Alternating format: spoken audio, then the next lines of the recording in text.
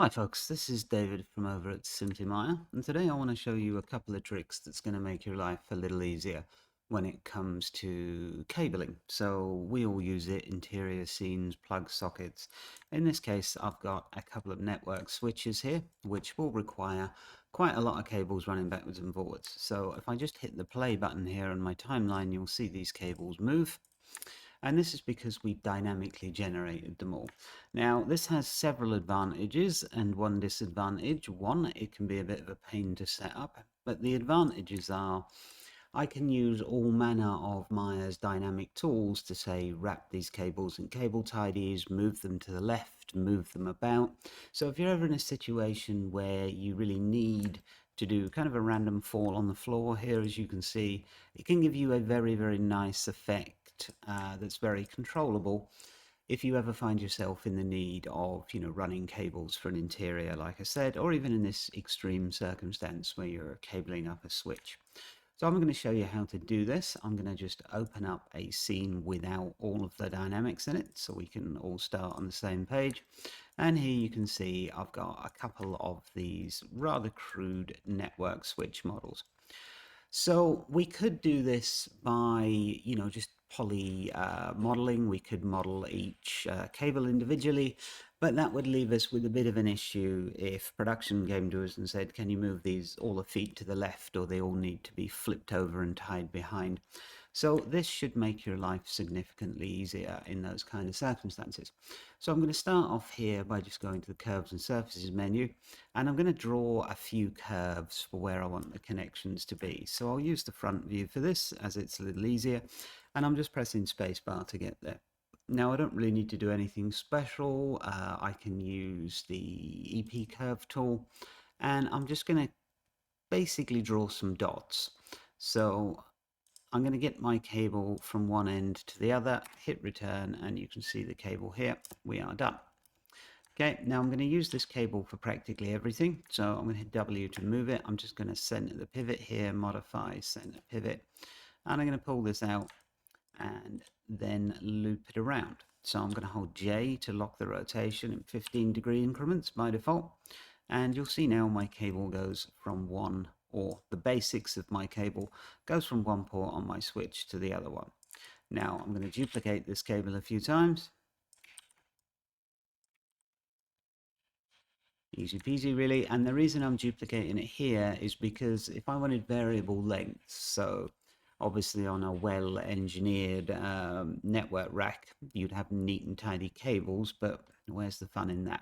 So we're going to vary the lengths of these just by grabbing hold of some of their points and moving them around a little bit. So it's at this point you could extrude a polygon down these and you'd be done. But again, like I say, if you need to change them in the future, if you need to cable tie them all together, this can be quite an involved modeling process. So I'm just here selecting some points on these curves to make some of them bigger, some of them smaller. I want a kind of messy look to the whole endeavor, really. Um, so nothing too fancy here, just selecting a few CV points and moving them about a bit. Let's give this one a bit of a shortness.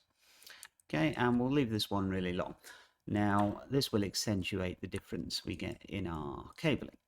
So from here, all we need to do now is give these more CV points, because when we turn these into dynamics, the more points they have, the more they'll be able to stretch, bend, and curve. So we need to make a decision on that. And for me, I'm going to go select all four of them here. Just use the outliner, and I'm going to go to curves and let's see, rebuild. So we're going to rebuild the curve with a set amount of points. Now, around 12 to 14, you don't want too many. It'll increase simulation time. So let's see, if I go to CV now, you'll see we've got a selection of points going all the way across. Now, one thing I do want to do, because the cables that come out of a switch will be kind of rigid at the start, I do not want these to just flop straight down. So to aid me in that, I'm going to select all my curves here. I'm going to press Control 1 to isolate them. I'm going to select the first 3 CV points in each curve, and I'm just going to scale them in Y so they straighten out a little bit. Now this is not strictly necessary, it would depend on what you're doing. I've used this technique for rigging ships with all the lines coming off sails and stuff, and it's very good for that because obviously it allows the rigging ropes and whatnot to be dynamically animated. In the case of a network switch, what we would do is we would simply uh, create the animation with the polygons on it, which I'll show you how to do, and then just save the polygonal geometry because presumably you won't want to be animating the cables in motion. Unless you were kind of filming a network operation center in the middle of a hurricane, of course, in which case you might. Right, okay, so let's just scale that flat. So that's going to give us a more realistic look when we come here. Okay, so scaled all those flat. Now they'll probably need moving back into position. Actually, they look kind of okay. Maybe this one's a little low, so just grab the vertex that you scaled and move it up a tad. Now, I'm not going to go into the minutiae of getting this exactly in the middle of each one of these sockets. It's not strictly necessary, and it would be a little boring to watch, I think. So now we've got some cabling lines. We need to make them dynamic so we can have them kind of drop down and fall into patterns, but also so we can control them later with constraints, make like rubber band constraints to pull the cables together, move them left or right, make them longer, shorter, without us having to remodel everything all the time. So I'm going to select all of my curves here, and I'm just going to go to nHair and make these curves dynamic. So nHair, make selected curves dynamic. And you'll see what I have now, if I hit play, is a bunch of curves that flop and drop all over the place. So you can also see our input follicles, which I don't necessarily want to see all the time, so I'm going to Control H them, and that will leave me with just the hair system output curves here. So you can see they've collided with our geometry. These points have fallen straight down, even though we straightened them up. And to stop them doing this, we'll need some kind of constraint. So we'll need something to constrain them to. Now we could constrain them to our existing geometry here. However, a lot of the time you'll want to use a proxy object for this that's just hidden from render view. So I'm going to come in to polymodeling. I'm going to grab a box. I'm going to move this up, and I'm going to scale it to about the size of these network ports. That way I can use it for all the cables coming across the ports without any problem. Now I'll make it a little thinner, and I'll just move it back a little bit so you can see it here in the holes. So I want to make sure that we are not bisecting the curve. Again, it's not really mission critical, but I would rather my curves were further out a bit. So I'll just select all the curves, center the pivots, and move them out a little bit. Yeah, that should be fine. Okay, so I'm going to select my proxy object again. I'm going to move it up until it's like in the holes. I'm going to probably scale it a little more. There we go, that should be size enough. And then with it selected, I'm going to hit Control D to duplicate, and I'm going to move it down here, so we've got another one here. These will be our kind of proxy objects for connecting things to. So connect these cables to this object to stop them falling flat down like this, which is not a very realistic portrayal of how cables would look on a network device. Now this will depend on your use case, of course, but I'll show you this. I think it'll give you a good example of other use cases. So I'm selecting the first three vertex we straightened up, and I'm going to shift select our polycube that's acting as our proxy, and I'm going to go to end constraint and point to surface constraint. You'll see we've got the point to surface constraint created here. You can see it by the green delineator, and also you can see it here. Now you're going to want to do this, excuse me, with all of these ends. I should just be able to press G to get that again.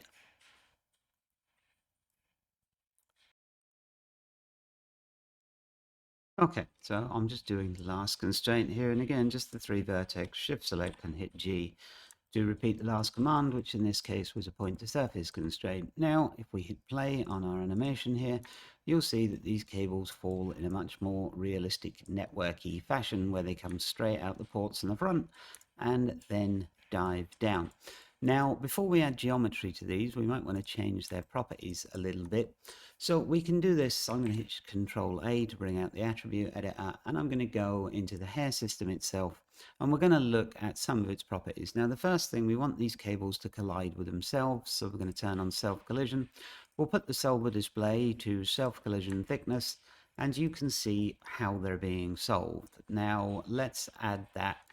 Obviously, this is very, very thin for our cables here. So let's add a little collision width scale, and let's make that around 6 so we can see it. Now you can see one of the problems with this already is that these were intended to be hair follicles, so as we go down to the bottom they get thinner and thinner. We don't necessarily want this.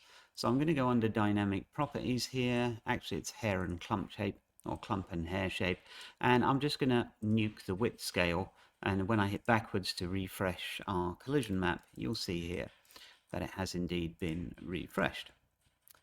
Okay, so now I have my cables dropping down.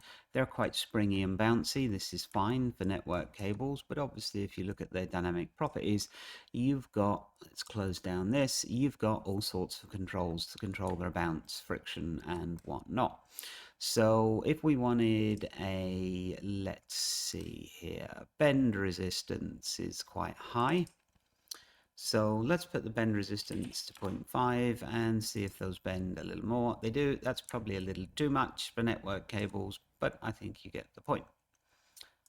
So let's put the bend resistance back up to 1. And you can do all sorts of things like twist, stretch. The length scale is quite interesting. If I move this up, these will actually be longer cables when they're animated, so like so. And this is what I'm talking about when this kind of dynamic cabling gives you a lot more options, because obviously you model this in straight polygons and then someone from look dev or production goes, actually we want it more messy, we want these cables here. Doing this little bit of extra work at the start is actually kind of nice because it gives you that option to just really change things. Like if they say we want like this to be a serious mess, well, now you have one. So another thing I would put in here is some passive colliders, because you will notice that our cabling is zipping through our switch here, which is not very true to life at all. So we need to again put a polygon box on, and I prefer to use these proxy objects as opposed to the objects themselves. It's simpler for the simulation to work out collisions on a box than it is to work out collisions of all this complex data, our complex modeling. And our model is rather simple, but you know, oftentimes it isn't. So I've got a box here which will act as a collision object. So I'm going to go to nCloth, believe it or not, and create a passive collider. And then when I play, my cabling should not disappear into my switch. So if I just hide my passive collider with Control H, you can see my cabling now looks like it's hit the front of my network switch. Okay, and it's colliding with itself to create this rather messy kind of cable pattern that we can again go into the hair system, and we are under an N rigid, which we do not want to be. So let's find the hair system shape. Okay, we have quite a few things connected to this nucleus, right? If we wanted that to be less messy, we could, of course, put the rest length scale at something like 0.8, and this will give us much shorter cabling that's much neater and probably much truer to life. Now, again, you can mess with the bend and the twist and all sorts of scaling within this dynamic environment to get exactly the look you're going for. Now, let's say I wanted a couple of big long cables that hit the floor. Let's get rid of the grid a minute. And let me put in a floor plane about where I feel like this switch would be sitting above the ground. Now, obviously, in a true production, you would measure this, but I don't really think it's necessary for demonstration purposes. I'm just going to come in and I'm going to do 1, because I think 1 will give you the point. So again, I'm going to use the EP curve tool, and I'm just going to come in here and say connect this port somewhere else. So I'm going to just click, click, click, and click. That should make it more than long enough. And I'm going to come in and I am going to hit J to lock rotation and rotate that 90, and then just move it where I want it coming out of that particular port. So there we go, close enough for government work. Now let's do a curves rebuild, and this time I'll probably give it more points because it's a longer cable. So let's go into curves rebuild, and let's give it 22 points. Rebuild. Now if my curve was a bit jagged and rough, I could also get a curve smooth at this point. So I'm going to go to curve smooth. Should be there. There we go. That gives me a slightly cleaner edge. I'm going to do the same thing I did last time. Select the CV points, and I'm just going to scale these in so they're nice and flat when they come out of the switch. Give me a little more realistic look. And you can play around with this, but as you can see from the simulation, it's kind of simple to change how this looks through the simulation rather than trying to model 150 cables, in my case, which would make up this network switch. So if we want to add this curve to our dynamic properties, select it in its object mode, control select the hair system here in the outliner, and if you don't see an outliner, you can get it with Windows Outliner, by the way. So select the curve, select the hair system, and just go back to nHair and make selective curves dynamic. So that should have added that as a dynamic curve. It did not. Well done, Maya. I've been having this bug lately where when I use the hotbox, it doesn't often register the command. Very annoying. Hopefully they'll get to that in a hotfix. And there we go. So you'll see one thing I wanted to demonstrate, that this has not fallen on the floor. It is in fact attached at both ends. So this is not such a huge problem. If we go to our hair follicles and select number 5, we can go up here and hair follicle shape node attached at the base. And then we'll just replay that, and you'll watch that now drop completely through the floor. The reason it drops through the floor, of course, is because our floor object here is not a passive collider. So let's go back to nCloth and create passive collider. Now you'll see my cable falls rather nicely on the floor. And I could obviously make that as long as I wanted. I can now create other passive geometry. I could create a torus, for instance, and then slowly shrink it for a few frames and show how to cable tie this lot. I can add cables all over this switch. It's just a much better option than trying to manually model this stuff a lot of the time. You know, if you need one cable, go for it. Just create it out of a curve and then extrude a surface from that curve. If you need a lot of cables, you need to rig a ship, you need cables in the wind, this is a pretty good way of doing it. Now, one thing we should probably do is do another end constraint here on our follicle guy. So I'm going to select the curves. So this will be curve 10. I'm going to isolate this in the view. I'm going to control vertex. Okay, we've already scaled this. Yes, we have. My mistake. Sorry about that, folks. Okay, so now I just need to connect it to the switch here. So let me turn off the solver display to make this a bit easier, which you can do under the nucleus. And hair system, sorry, and off. Okay, now I'm going to select this. I'm going to select the control vertex. I'm going to select all these. I'm going to select the other proxy object we have here. And I'm just going to go once again to end constraint, point to surface, and you'll see that has made my constraint here. So that constraint is holding that up, so it now sticks straight out from the switch. Now we need to, let's hide this. This is the follicle as we hit the other ones, just stops it getting in the way. Now we need to turn this dynamic simulation into actual geometry. Okay, So this is not particularly difficult either. All we need is something to use as an extrusion base, and in this case I'm going to use a NURBS profile, a NURBS circle, and I'm going to scale this to approximately the dimensions that I want. Now don't worry, because you will be able to change the scaling on this at any point. This is another reason why this is quite an interesting way of doing this, because if you model a bunch of cables and then production comes along and says they're the wrong width, they're the wrong shape, you would normally be left with a bit of an issue. But doing it this way, not so much. So I'm going to get that fairly small, and then I'm going to click on this, I'm going to click on the curve, and I'm just going to go to Surfaces, Extrude. Now I'm going to pull up the Extrude menu here, and I want to be a tube. I want to be Extrude Position at Path. I want to be polygons, so I am, and we want quadded polygons, and I want to go for control points. Actually, I'll go for count. That will allow me to specify how many polygons I want created, and around 200 should be about fine. So I'm going to hit apply, and you can see here that I have some pretty funky, pretty messed up geometry. So if we go under the extrude here, you want to use the profile normal for a start, and you want to use probably the component pivot, and there you go. So that's now following along with that quite perfectly. It is, however, kind of fat, but I can select this and scale it, and you'll see my cable scales right along with it. Okay, and when I play my animation, my cable is animated, which is rather nice. So I think that's still a little bit fat for a network cable.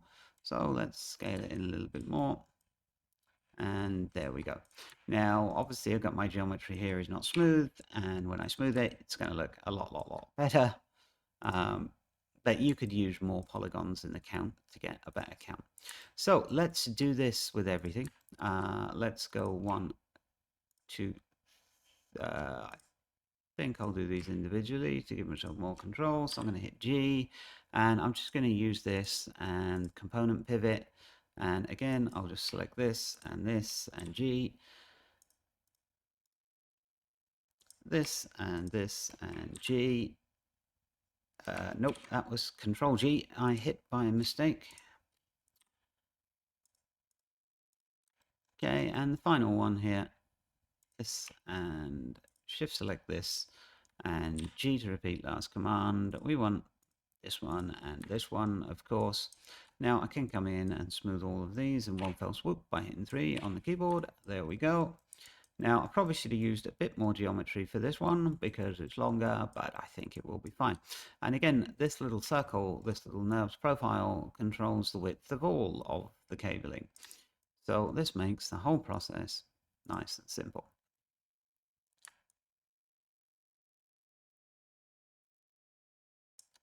So my cabling is dropped. I actually have a reverse surface on this one, so I'm just going to go to Mesh Display and Reverse. Boink. And there we go. Golden. Okay, so I got my cables. Now, obviously, there's a lot further you can take this. There's a lot more you can do with it, but I hope that's shown you how to create actual polygonal geometry here from the nHair system. And really quite easily too. So I know this wasn't comprehensive. I'll probably put a much more comprehensive tutorial about this over in the subscribers section at Simply Maya when I've completed this network switch. So go check out simplymaya.com for more free content, and I hope this has given you enough of an idea to get you started making dynamic cables. I personally think it's a fast enough method for doing it, even if you're doing an interior scene that's got a desk with a couple of monitor cables behind it. It's always nice to use this way. It gives you a nice natural drop on the floor of the cables and stuff. So yeah, I've used this way for a while. I hope this has been informative. Thanks for watching.